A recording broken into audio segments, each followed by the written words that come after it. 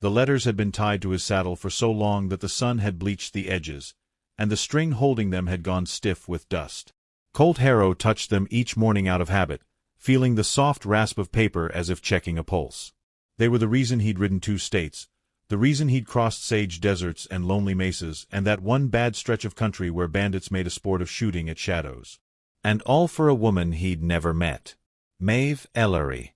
Her name alone could pull the ache from a man's chest.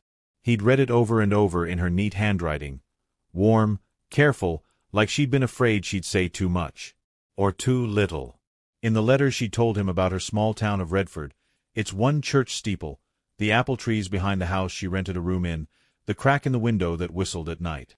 Colt had told her about his little ranch and the mustangs he trained, and she replied like she could see them, like she could picture him riding out at dawn with the sun behind him. By the time he crossed into Colorado, he'd memorized every word she'd ever written.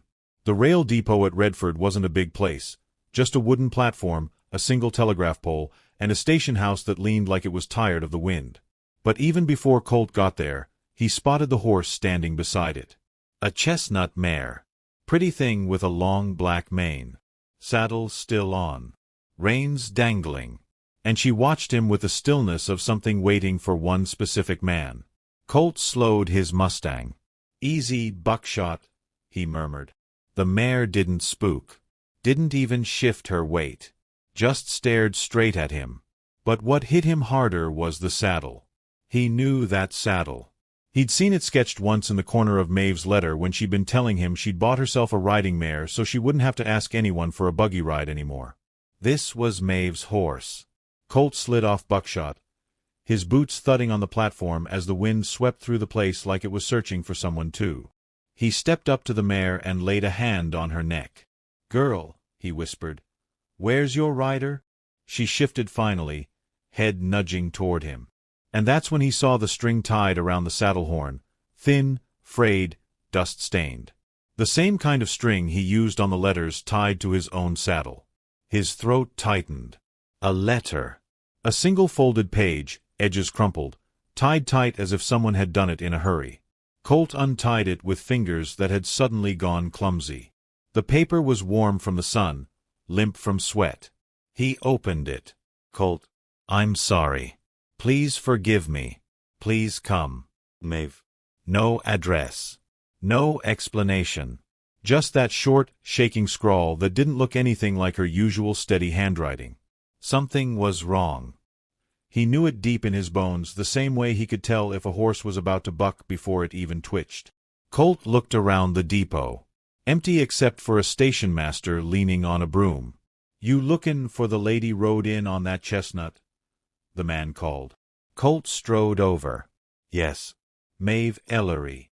The station master shook his head. "Didn't give a name. She got off the afternoon train 5 days ago. Asked after a man riding down from Wyoming. Asked every coach driver, too. Looked scared." "Scared how?" "Like she expected someone else to get here first." The wind cut through Colt's coat, and suddenly the long ride south felt like the easy part. "Where'd she go?" Colt asked. The man hesitated. Squinted at the mare like she held the answer instead. Said she was goin' to the boarding house at the edge of town. McClary Place. Colt didn't waste another second. He swung onto Buckshot and whistled sharply for the mare. She followed, hooves clacking behind him as he headed toward town at a trot. The streets of Redford were quiet, too quiet for late afternoon. A few women carrying baskets glanced at him, but no one lingered. A man sweeping outside the general store stepped inside as Colt passed, closing the door behind him like he didn't want trouble to drift inside after him. It wasn't fear of him. Something else was unsettling the town. And it had everything to do with Maeve.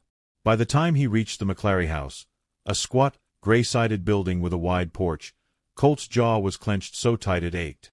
He tied the horses at the rail and stepped up onto the boards.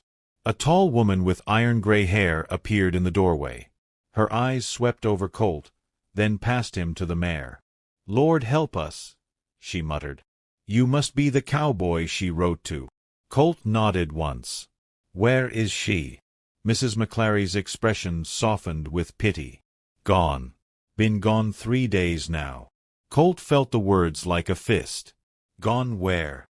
If I knew, I'd have gone after her myself. Sweet girl. Didn't deserve the trouble that came shadowing her. What trouble? Mrs. McClary stepped aside and motioned him in.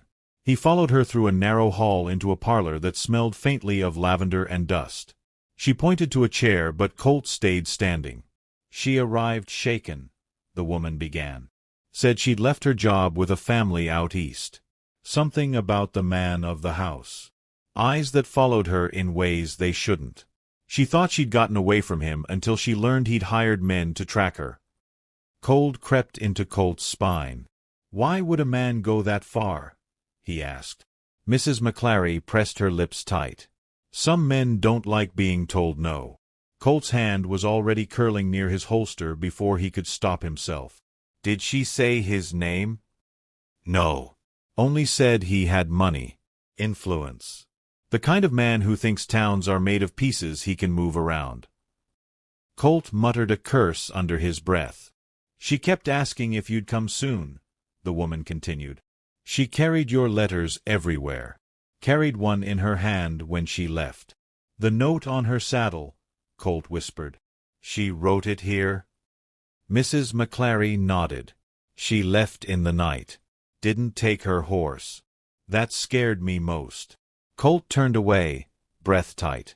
People didn't leave a good horse behind unless they thought they were being hunted and didn't want their tracks followed. Maeve had walked away from her own escape. Someone must have seen her, Colt said. Someone in town. The older woman hesitated again. There is one man. The sheriff's deputy. Young fellow named Tate Hargrove. He asked after Maeve too. Acted odd. How odd? Mrs. McClary shook her head. You'll understand when you meet him. Colt didn't like the sound of that. He thanked her, promised he'd bring Maeve home, and stepped back outside just as the sun dipped behind the hill. He placed a hand on the mare's neck again. She stayed close to you, he murmured. Tell me where she went. The mare flicked her ears toward the north end of town. It wasn't a real answer, but it was enough to make Colt move. He swung into the saddle. Time to find Tate Hargrove. And figure out who else was hunting Maeve Ellery. Colt didn't ride straight to the sheriff's office. Instinct told him men like Tate Hargrove didn't enjoy the smell of a badge so much as the power that came with flashing one. If the deputy had been acting strange around Maeve, if he'd shown too much interest in a woman who'd arrived alone and frightened, Colt figured Tate would be wherever the lamplight was dim and the whiskey cheap. That meant the Copper Lantern Saloon. The place leaned between the barber shop and a saddlery like a drunk bracing himself on both elbows. Fiddle music leaked through the cracked batwing doors, tired and off-key. Colt tied the mare outside again. She stamped once, nervous, but stayed. Inside, the saloon smelled of spilled liquor, sweat, and desperation. A few men at the tables looked up, then looked away again when they recognized Colt's kind, wide shoulders, dust on the boots, a gun worn smooth from use. The deputy wasn't hard to spot. Young face. Too clean shirt. Too much swagger in the way he leaned against the bar like he was posing for a daguerreotype. His badge glinted on his vest, turned just enough so everyone had to see it whether they wanted to or not. Colt walked up, slow and casual. Tate Hargrove. The deputy's grin tried to grow confident, but it wilted when Colt didn't smile back. That's me. Who's asking? Colt Harrow. The name hit him. Ike Colt had tossed a bucket of cold water in his face. Tate straightened. Maeve's Cowboy. Colt ignored the way his voice curled around her name. I hear you'd been looking for her. Tate shrugged, but the gesture was too stiff. Town asked me to keep an eye on newcomers. That's all. You ask her any questions? Colt asked. Make her uncomfortable? Tate's grin came back, and Colt already hated it. Just being friendly. Woman alone, no kin, no escort. Shame if something happened to her. Colt stepped closer, letting his shadow fall across the younger man. Something did happen to her. She's missing. Tate's expression twitched, briefly, but Colt caught it. Missing, he echoed.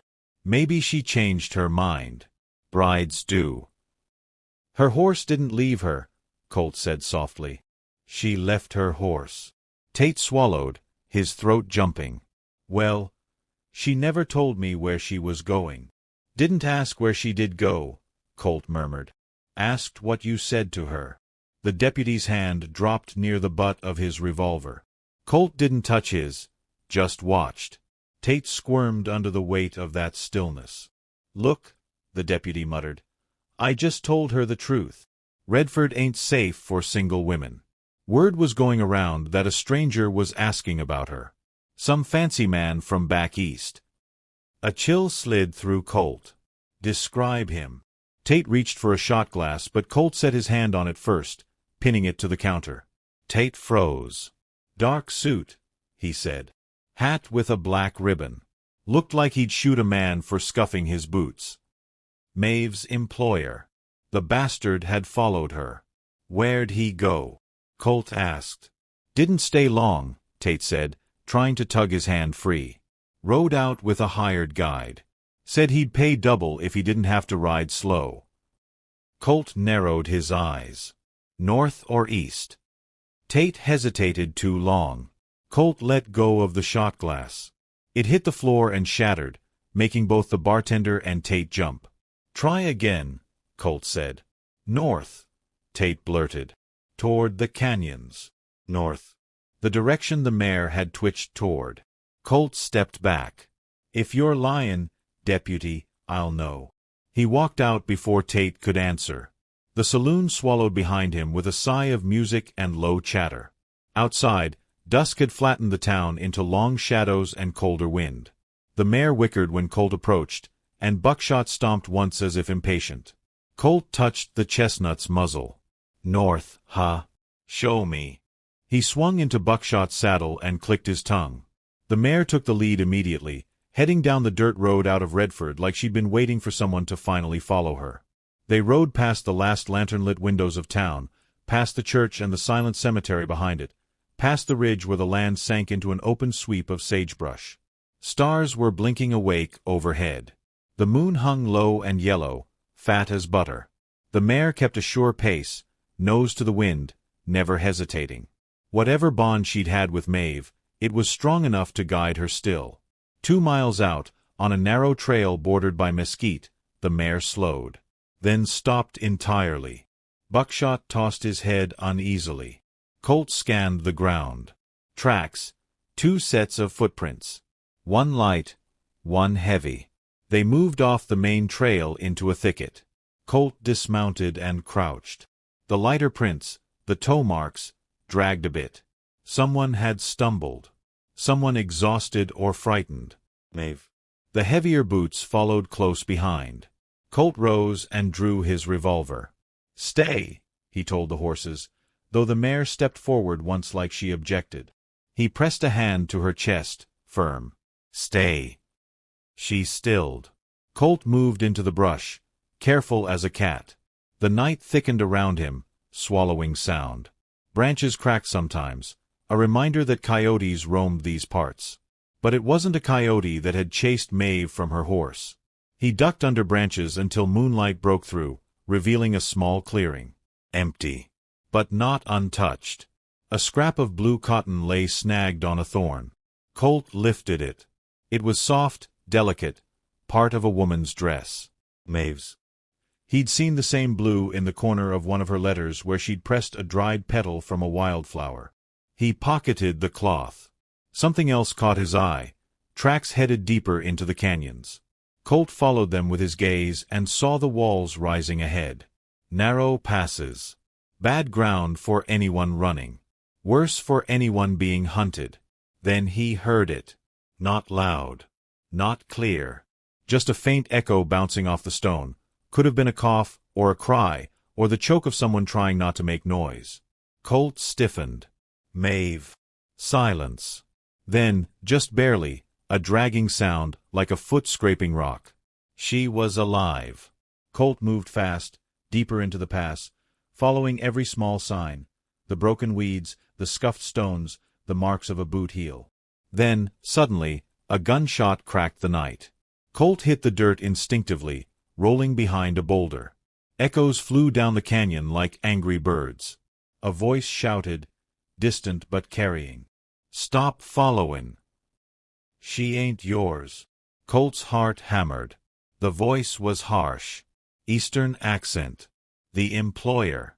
Maeve cried out, small, stifled, but unmistakably her.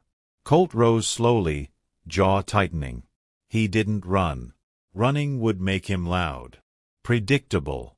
Dead. Instead, he moved along the wall, shadow to shadow, listening. A second voice, thin, shaky, spoke up. "Please, Mr. Lyle, I said I'd go back." "I won't tell. Just let me." A slap cracked sharp enough to echo. Colt's vision narrowed to a hard point. He climbed the rocks like a mountain cat, silent, careful, one hand on stone, one on the barrel of his gun. He reached a ledge overlooking a bend in the canyon, and froze. Maeve stood below, wrists tied, hair loose and tangled, dress torn at the sleeve. And next to her, a well-dressed man in a black coat, holding her arm like she was livestock. "Mr. Lyle." "We're goin' home," Lyle hissed. "And that cowboy'll learn to keep his distance." Colt raised his revolver. "No," he said softly. Both heads snapped up. Maeve gasped. Mr. Lyle snarled. "You." Colt stepped off the ledge, landing hard on the sand. "Take your hand off her," he said. Lyle pulled Maeve in front of him like a shield and shoved a pistol against her temple. "You take one more step, cowboy," he hissed, "and she dies right here." Colt stopped. Maeve's eyes, wide and terrified, met his. He had one chance. One shot. And if he got it wrong, she'd never write another letter again. The canyon air went so still it felt like the entire night held its breath. Colt didn't blink. Didn't move. His revolver stayed level, both hands steady, though his heart beat so hard he could feel it in the trigger. Maeve trembled in Mr. Lyle's grip. He kept her pinned in front of him, her chin pressed to his chest, her wrists bound in front. His pistol jammed so tight against her temple Colt could see the skin whitening beneath it. "Drop your gun, cowboy," Lyle rasped. "Slow." Colt didn't move. "She's not yours." Lyle laughed, ragged and triumphant. "She worked for me. Lived under my roof. Ate my food. She owed me respect, which she threw away. I'm just talking back what belongs to me." Maeve squeezed her eyes shut like the words were just as bad as the metal at her head. Colt's jaw set. "You're mistaken about something," Colt said. "Oh." Lyle shifted the gun closer. "What's that?" "She's not property." Lyle sneered. "She ran from me. Stole from me." "What'd she steal?" Colt asked quietly. "Her own freedom?" The man's eyes flashed. Colt saw something break loose in him. Rage, fear, maybe both. "That's the thing about freedom," Lyle spat. "It ain't free." Colt felt the canyon tighten around them, stone walls turning into a choke point. His Mustang was somewhere behind him, the mare too. And if he misjudged this moment, if he fired and missed by a hair, Maeve would fall before she ever had a life. But Colt had made a promise before he ever set foot in Redford. Not to her. To himself. He was going to get her home. Colt loosened his stance just enough to look like he might lower the gun. Lyle smirked, shifting slightly. That was what Colt needed. "What are you?" Lyle began. Colt threw his gun, not down but sideways, hard as a stone, sending it clattering against the canyon wall. The noise cracked like another shot. Lyle flinched. Maeve jerked. And in that breath of confusion, Colt moved. He lunged low, fast, crossing the space before Lyle could react. He slammed into him like a charging bull, wrenching Maeve free as Lyle's pistol went off wild. The bullet sparked against the rock. Maeve stumbled, crying out. Colt grabbed her with one arm and shoved her behind him. Lyle roared and swung the pistol at Colt's head like a club. Colt ducked, drove his fist into Lyle's ribs, hard enough to fold him. The man snarled and swung again, this time catching Colt's cheek. Pain split across his face, but Colt didn't back up. He'd ridden 2 states for Maeve. He wasn't about to lose her because of some soft-handed bully with money. Colt grabbed the front of Lyle's coat and heaved him into the canyon wall. The man hit with a sick thud, gun slipping from his fingers. Colt kicked it far out of reach. Breathing hard, Lyle sagged, then spat blood. You think this ends it? I have men comin'. You won't get far. Colt drew his second revolver, the one he kept at the back of his belt. I think, Colt said quietly, you're not comin' with us. Lyle stiffened, fear slicking suddenly across his features. You wouldn't. I don't kill unarmed men, Colt said. But I will leave you behind. Lyle laughed, a sharp, desperate sound. The desert will finish what you don't. Colt's eyes didn't move from his. Good. Lyle paled. Colt didn't look at him again. He turned to Maeve, whose wrists were still tied, her breath shaking, her eyes wet. He holstered the revolver and cupped her face gently, carefully, like touching glass. Maeve. She looked up at him, lip trembling. You came. I was always comin', he murmured. Her shoulders broke with a sob. Colt untied her wrists, the knots raw and cruel against her skin. She winced but didn't pull away. You're hurt, Colt whispered. She shook her head. Just scared. You're safe now. Her eyes fluttered shut. I didn't know if you would still want me. After all this. Maeve, he said softly, I didn't ride 2 states for a woman who'd disappear the first time trouble sniffed around her. I came for you. All of you. Whatever came with you. Her breath caught. I was so afraid. I know. He lifted her hands, rubbing lightly at the red marks left by the ropes. She leaned into him like she'd been holding herself up for far too long. Behind them, Lyle groaned, shifting. Colt gently guided Maeve out of the canyon, keeping her close, his gun drawn again. The moon dipped lower, silver light slashing across the canyon floor. They moved slow until the trail widened. Then, hooves. Buckshot stood waiting at the mouth of the canyon, ears pinned but alert. And the chestnut mare, Maeve's mare, nickered loud and relieved when she saw her rider. Maeve stumbled toward her, touching her muzzle like she was greeting an old friend. The mare pressed her head into Maeve's chest. You came back for me, Maeve whispered to the horse. Colt felt something ease inside him watching it. He helped Maeve up into the saddle, she winced but settled, and mounted Buckshot. Maeve looked back once at the canyon. What about him? He'll live, Colt said. Whether he likes it or not. What if he follows? Colt gave her a small, certain smile. He won't. Men like him only fight when the odds are in their favor. Maeve swallowed, then nodded. They rode out beneath the broad, cold sky. Maeve's mare stuck close to Buckshot, almost touching him. The trail opened back toward Redford, lanterns faint in the distance. After a while, Maeve spoke quietly, her voice tiny against the night breeze. I wrote you that note because I thought I'd die if you didn't come. And I didn't want my last words to be fear. Colt tightened the reins just slightly. And what were they? She hesitated. Forgive me. Please come. Colt exhaled. You don't need forgiven. The moon fell behind a bank of clouds, plunging them into soft darkness for a stretch of the ride. Then Maeve asked, Are you still wanting a bride, Colt Harrow?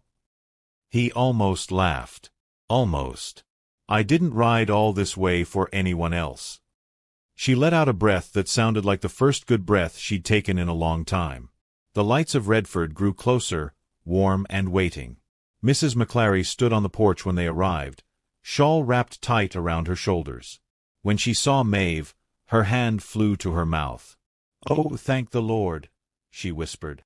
Maeve slid off the mare, wobbled, and Colt caught her before her knees gave out. Mrs. McClary hurried over, fussing and wiping tears, guiding Maeve inside to rest. Colt stood for a long moment outside, hand on the mare's neck. You did good, girl, he murmured.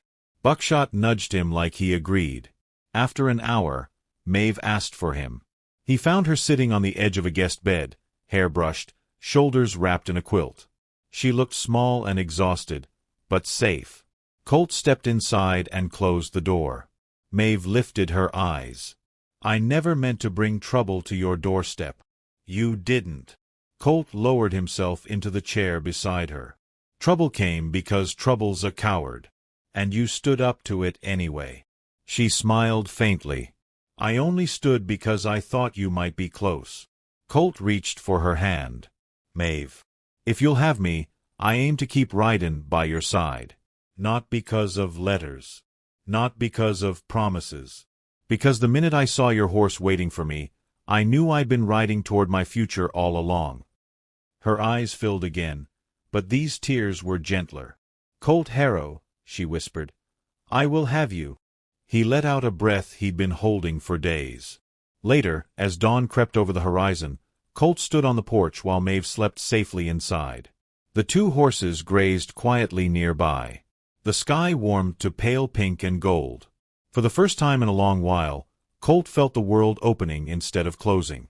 The letters that had once been tied to his saddle now rested in Maeve's room beside her pillow, no longer a promise made of ink and hope, but a beginning carved in something far stronger. A life they would ride into together. And this time, he wouldn't be riding alone.